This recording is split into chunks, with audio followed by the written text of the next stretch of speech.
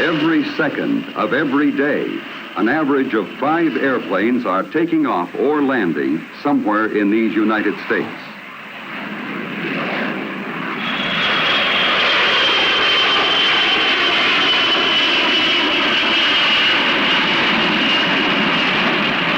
Every day, our airlines fly, on the average, a distance equal to 4 round trips to the moon.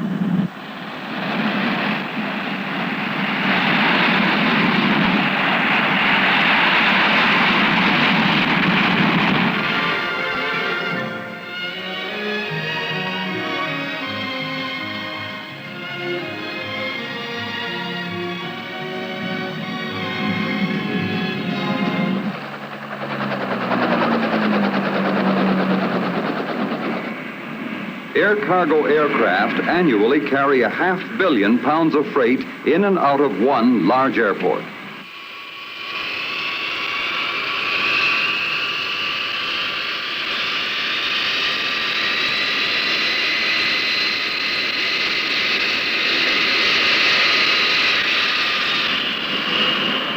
So it all adds up to a lot of activity. As many as 50,000 passengers pass through a major terminal in a day, most of them with luggage. There are going to be continually more passengers. These passengers are going to fly more miles, and they are going to fly them faster.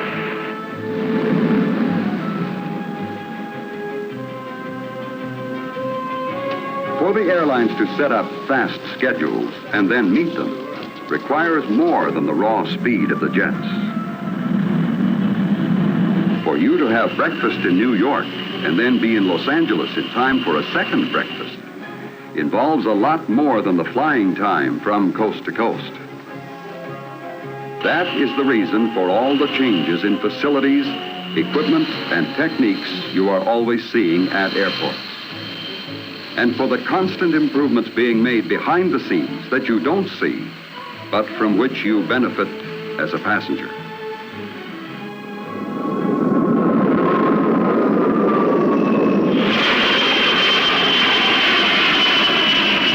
Each flight consists of innumerable, seemingly unrelated items, people, and activities that must be brought together for a temporary but specific purpose. How is it possible to coordinate all that is required for a flight? For flight after flight, day after day, and still to include provision for last-minute changes? May I help you? I'm booked for 7:30. Is there any chance of getting out earlier? Be glad to check for you, Mr. Thompson. Hello. Do we have any space on Flight 210 to Los Angeles? Thank you. I can book you on a 3 o'clock departure for Los Angeles, sir. Oh, good. All right, sir. To check your bag.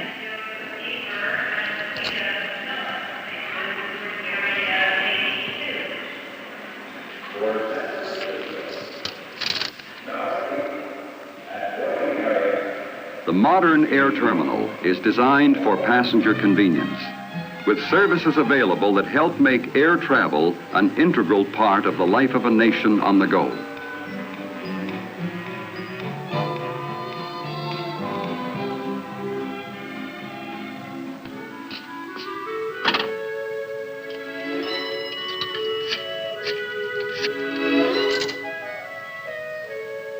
This is a credit card call.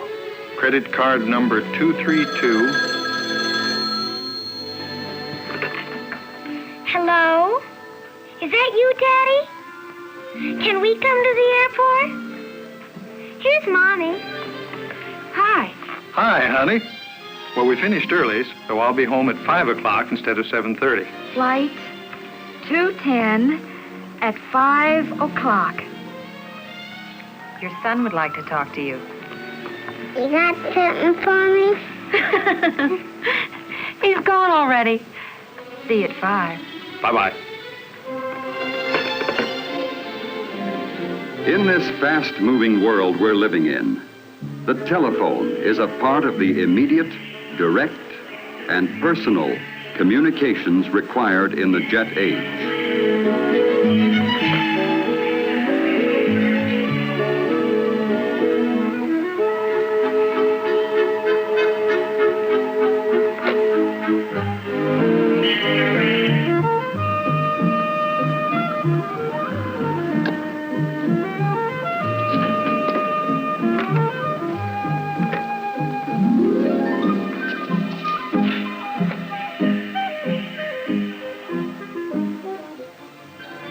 And so many kinds of information are transmitted over communication lines.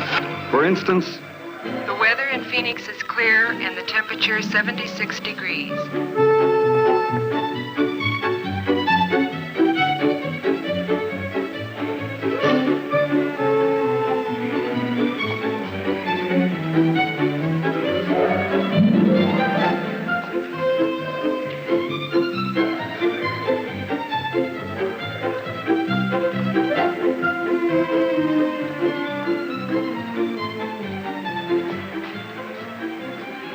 Hello.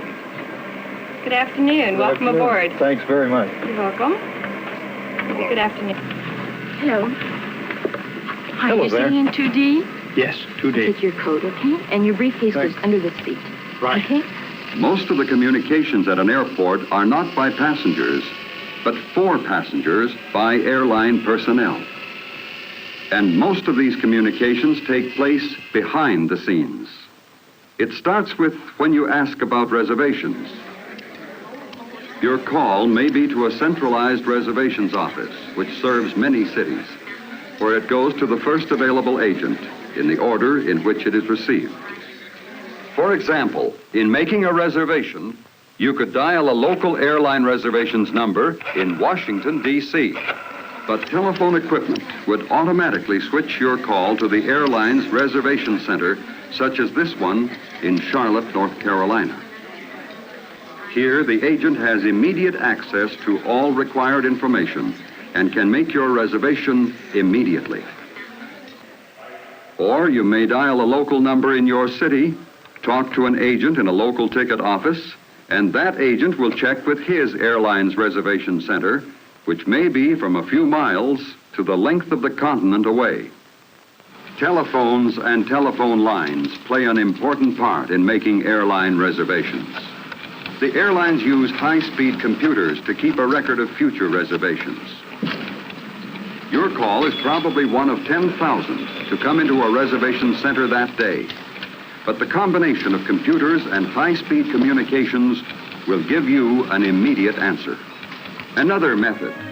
If you were to stop into a ticket office for flight information, say to Chicago or New York, or even around the world, the agent would put your request for a reservation into a console, which transmits it over the telephone lines to a centralized office.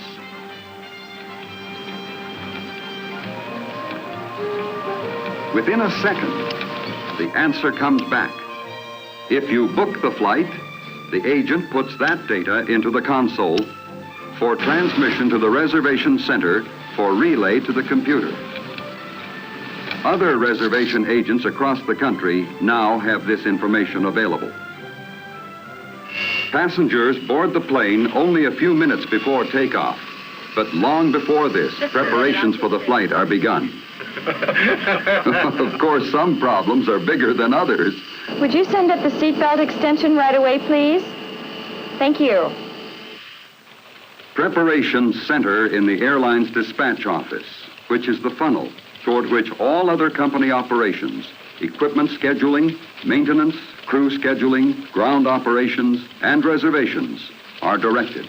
Need information to schedule fuel load for Flight 210 to Los Angeles. What's the payload look like? Haven't any passengers booked. We're picking up considerable freight. We'll call you back as soon as we can. Before the flight, the passenger manifest comes in from reservations. Then, immediately after takeoff, the passenger total will be teletyped to all downline airports. The number of meals that are put on board is determined from the manifest. The flight captain has checked with the dispatcher and now looks over the weather reports and charts en route. He's now preparing his flight plan, which will be forwarded by teletype to the Federal Aviation Agency Air Route Traffic Control Center. Direct communications are used for last-minute changes. We'll need 4 extra meals. One of those must be a salt-free diet. No smoking, and please fasten your seatbelts. Oh, thank you. You're welcome. Oh, that's handy. Now we can take off. Yeah, you're all set. All set and on time. Ground control, United 210. Taxi clearance, please. Instrument flight plan, over. This is O'Hare Ground Control, cleared to runway 32 left. Taxi by the outer circular taxiway. Hold clear of the active. Contact the tower 118.1 when ready to go. United 210, roger.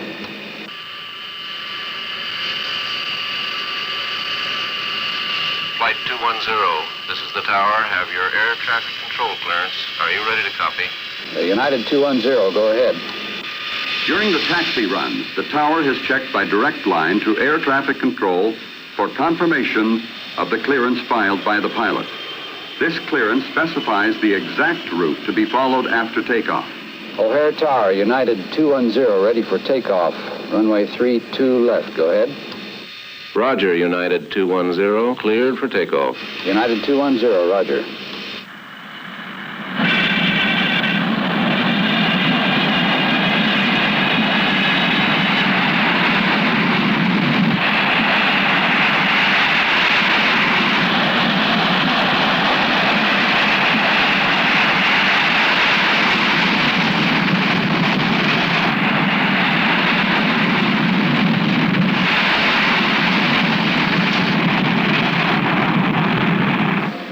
Takeoff is being monitored in the tower by radar departure traffic control of the Federal Aviation Agency.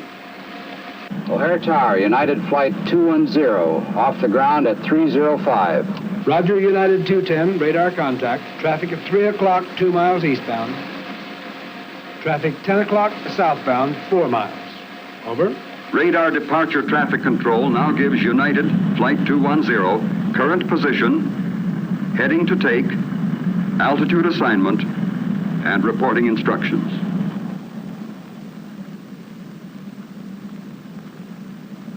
Report leaving 12,000. Change to air traffic control frequency 132.7. Roger, United 210, now leaving 12,000, changing to 132.7. The FAA Air Route Traffic Control Center is now monitoring Flight 210 on radar. Air traffic control, United 210, leaving 13,000, heading 258 degrees. Roger, 210. Continue on course, climb to flight level 39,000. Report passing Cedar Rapids. The airlines could not operate as they do without the many means of communications, much of which is supplied by the telephone companies. A large airport requires its own communication center to handle the behind-the-scenes activity. This central office is large enough to serve a community of 35,000. Here, it handles a communications mix of teletypewriters, high-speed data lines, radio lines, television, direct lines, and, of course, thousands of regular telephones. This telephone switching equipment provides the instant communications needed by airlines and airports. Direct communications continue while the plane is in flight. Air route traffic control centers continually follow the aircraft on radar scopes throughout its entire flight, passing control from one sector to another. In this way, all traffic is kept under surveillance at all times. Flight 210, contact Denver Center on frequency 133.5 now. Roger, United 210, changing to Denver Center, 133.5. The FAA controller keeps aircraft separated by time, distance, and altitude. In addition to direct and continuous contact with the controller by radio, a pilot receives reports at regular intervals from the Weather Bureau and also can talk directly to pilots of other aircraft in the area. Each flight also maintains voice contact through AirInc, an airlines-owned communications organization, where an operator receives the message by radio and then puts it on a teletype connected with the airline dispatch office.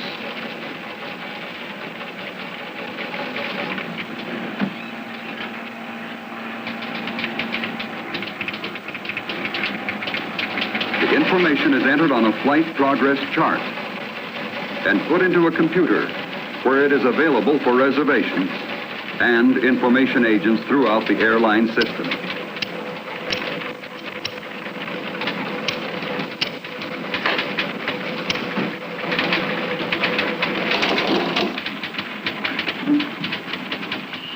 Dick, will you call Los Angeles Dispatch and advise them we will be arriving 20 minutes ahead of schedule? Roger.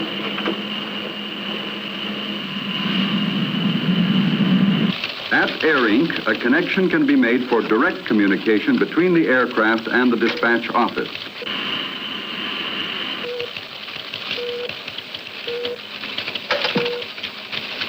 Los Angeles United 210. Advise dispatch we will arrive 20 minutes ahead of schedule. Any change in flight plan would be discussed and then announced to the passengers. This is your captain speaking, ladies and gentlemen. We've been pretty fortunate with the Aircrans up here today, and we'll be landing Los Angeles 20 minutes ahead of schedule. Thank you.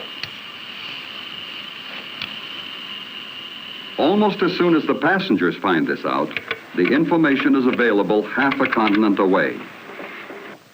Flight 210 is reported 20 minutes early. It is now scheduled to arrive at 4:35 p.m. Aviation has come a long way in a few years.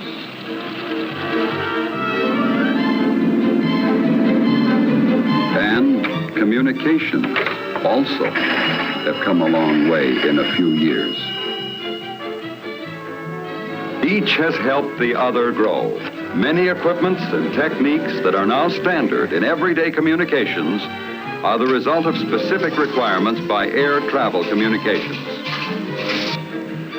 Air traffic is increasing. Airports keep right on building and adding runways as well as lengthening them. Even now, a jet may hold on the ground in Miami for conditions to clear at its destination in Houston. This is possible because of the speed of the jet and because communications are immediate and direct.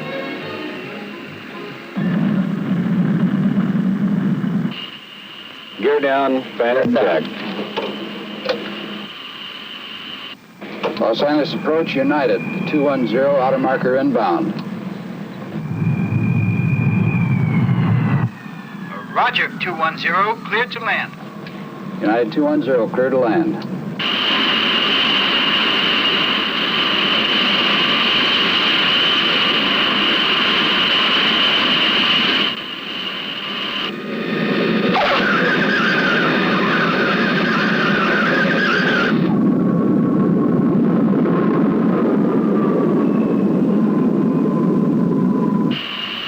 Los Angeles Ground Control, United 210. Taxi clearance to the gate, please.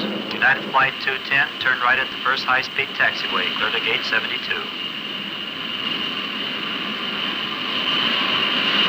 Flight 210 now arriving at gate 72. Is that Daddy? Yes. Come on, children. When you fly, there's a lot of talk by a lot of people about your trip. When you make a reservation, you are provided with immediate information as to the status of your flight. As a passenger, it's just a matter of boarding the plane and enjoying the trip. While in the air, your aircraft is in constant touch with many sources of information. This is all because, along with your reservation, you also reserve the benefits of modern communications.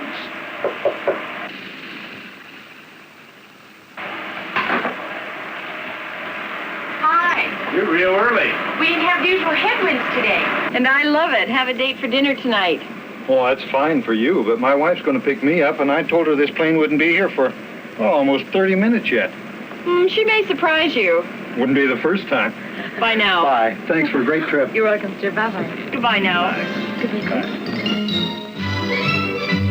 That was a wonderful meal. Thank you. Come back again real soon. Thanks for being so nice. Good evening.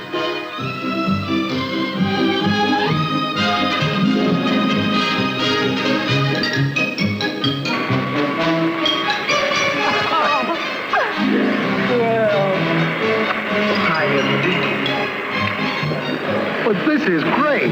How'd you know the plane was going to be early? I phoned.